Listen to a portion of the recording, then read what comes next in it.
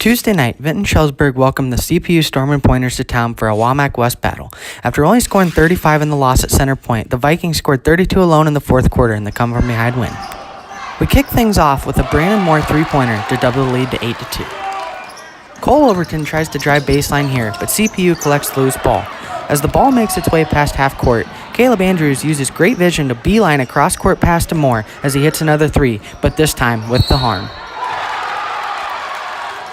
Grant Dirks continues the Storm and Pointers' strong start as he gets the bank shot to go here, increasing their lead to 9. On the Vikings' next offensive possession, Blake Bohnsack finds Justin Bartz in the corner as he knocks down the three. Not to be outdone, Nolan Hazeman connects on one of his own to cut the deficit to 4. With the CPU lead now at 6, Bohnsack races down the court and gets it to Mason Stainbrook, who gets the layup to fall before the buzzer. After a slow start to the second half, Bartz uses a nice up and under move to halt a 7-0 run by CPU. Known as a tough defensive unit, the Storm and Pointers show why here as Moore gets the charge. Late in the third, Bohnsack finds Seth Patterson for the easy 2. Bartz misses his first three-point attempt here. However, off the inbounds play, he gets another chance and cuts the deficit to 1. Off the steal, Bohnsack gets it to Overton, who collects his own miss to give the Vikings their first lead of the night. After CPU escaped the trap, Dylan Harris tries to answer, but Bartz denies the shot. This leads to an easy layup for Bohnsack. Bartz, who had a big second half, doubles the lead here with another long-range 3. With 33.5 ticks left, Harris finds McCauley for the layup, trimming the Vinton-Shellsburg lead to 6. However, it was a little too late as Bohnsack made both at the foul line. Moore puts up a desperate shot, but the miss is tracked down by Patterson. Vinton-Shellsburg completed the comeback, defeating CPU 69-62. Alrighty, Blake. So first of all, congratulations on the win. It was a heck of a game, all the way throughout. You finished with 20 points tonight, and scoring in a variety of ways. You were hitting some shots, taking the ball to the hoop. What allowed you to feel so comfortable out there tonight? I don't know, with it just being senior night, we knew that, it's one of the last ones here, and we wanted to go out on a good note.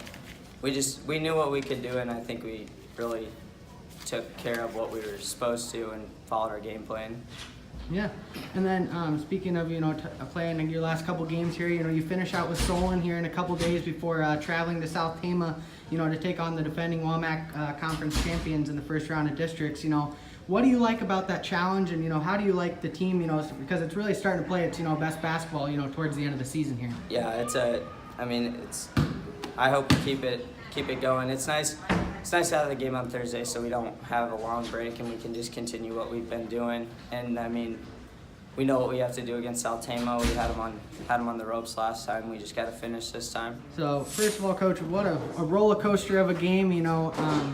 You guys trailed by most of the game, even falling behind 15-4 to begin the game, and then we're down by as many as 11, in that middle of that third quarter. What do you have to say about the fight of this team tonight, never giving up and, finally ultimately taking the win at the end?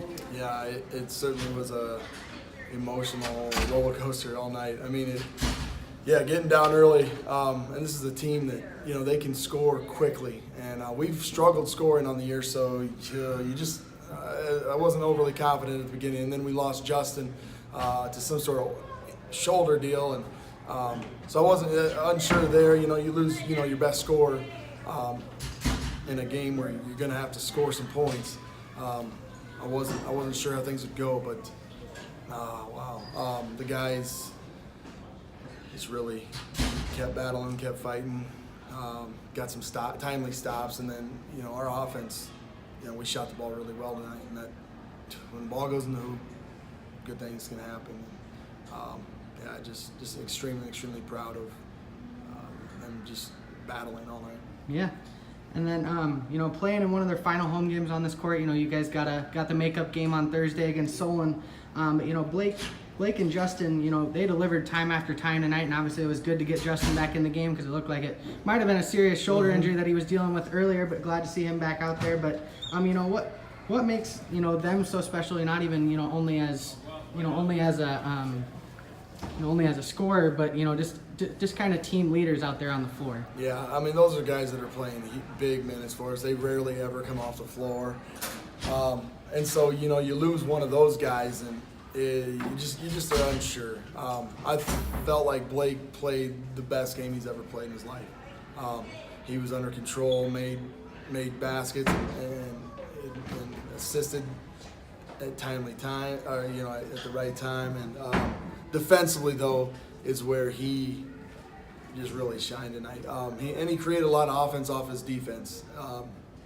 He's a heck of a on the ball defender, and he gave Harris a lot of problems tonight. But he looked like a different kid tonight, and those are the things. If we can get more of that, we see what happens here down the stretch. But it's no better time to be playing your best basketball. So that's extremely exciting.